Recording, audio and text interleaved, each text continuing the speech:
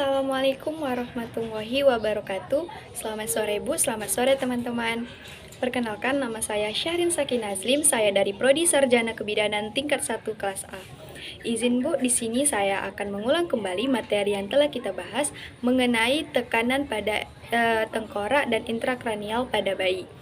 Di sini saya akan membahas yaitu dampak tekanan pada sistem pencernaan bagi ibu hamil.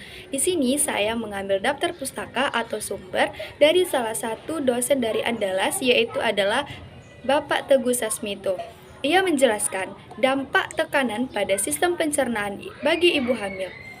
Ibu akan mengalami gejala seperti begah, mual, ingin muntah, serta sering bersendawa disebabkan oleh produksi hormon yang meningkat.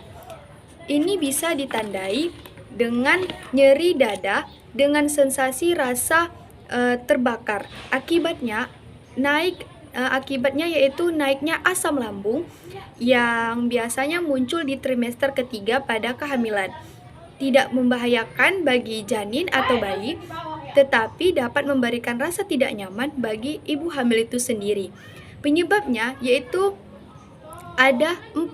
Di sini saya akan menjelaskan yaitu pertama, penyebab dari dampak tekanan pada ibu hamil, yaitu pertama, meningkatnya hormon progesteron, yaitu terjadinya penurunan gerakan peristaltik atau gerakan mendorong atau merames-rames pada usus sehingga memicu terjadinya konstipasi atau sembelit pada ibu tersebut.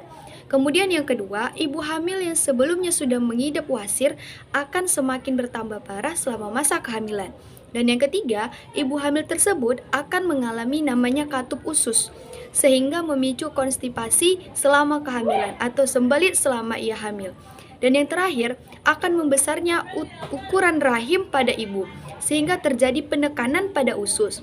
Hal tersebut menyebabkan sisa-sisa makanan menumpuk dalam usus, sehingga memicu terjadinya konstipasi atau sembelit. Cara pencegahannya yaitu pertama, ibu hamil harus konsumsi susu dan yogurt yang bisa memperlancar tekanan pada tubuhnya. Yang kedua, jauhi makanan yang berlemak, pedas, dan gorengan. Selanjutnya saya akan menjelaskan tekanan intrakranial bayi saat proses persalinan. Di sini saya mengambil daftar pustaka atau sumber dari Dr. Nadia SPOG. Ia menjelaskan tekanan intrakranial itu adalah nilai tekanan di dalam rongga kepala.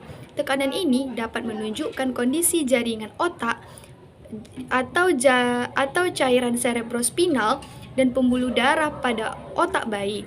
Penyebabnya itu mengalami peningkatan intrakranial itu adalah pertama karena cedera kepala, misalnya akibat pukulan atau hantaman keras di kepala bayi tersebut.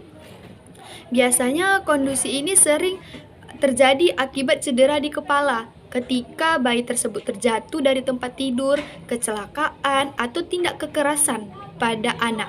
Selain itu, salah satu penyebab terjadinya peningkatan tekanan intrakranial pada bayi maupun anak-anak itu adalah kelainan bawaan kelahiran. Misalnya hidrosefalus, seperti yang Ibu jelaskan.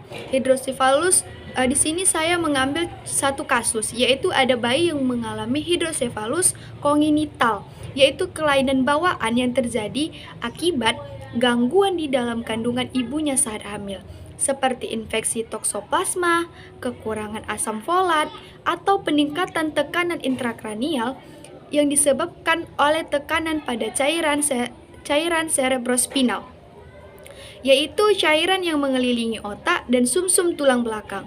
Kondisi atau penyakit ini dapat terjadi karena adanya tekanan intrakranial, diantaranya pertama, adanya infeksi otak, misalnya menipisnya atau menengitisnya akses dari otak. Yang kedua, adanya tumor atau kanker pada otak bayi. Kemudian yang ketiga, perdarahan otak karena tekanan darah yang terlalu tinggi. Dan yang terakhir, ada pembengkakan atau wedem pada otak bayi tersebut.